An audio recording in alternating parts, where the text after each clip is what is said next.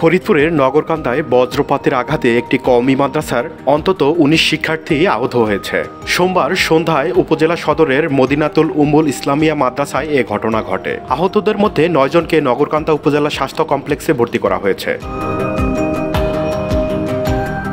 ঘটনার সত্যতা নিশ্চিত করে মাদ্রাসার মুহতামিম মাওলানা মোহাম্মদ কেরামত আলী বলেন, সোমবার সন্ধ্যায় বৃষ্টি চলাকালীন শিক্ষার্থীরা মাদ্রাসার বারান্দায় অবস্থান করছিলেন। এ সময় বজ্রপাতের আঘাতে মাদ্রাসার ১৯ জন শিক্ষার্থী আহত হয়। হুজুরে বলছে যে তোমরা ক্লাসের থেকে বের হয়ে না, কিন্তু ওরা করছে বারান্দায় বের হয়েছে।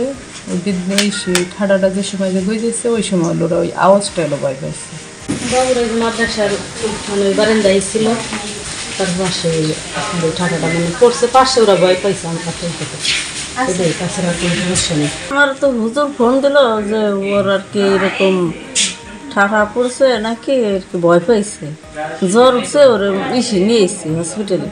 পরে আসতে পরে শুনলাম যে বারান্দায় গেছে, ঠাঠা পড়ছে, ওই ঠাঠার এসে আর কি ভয় পাইছে।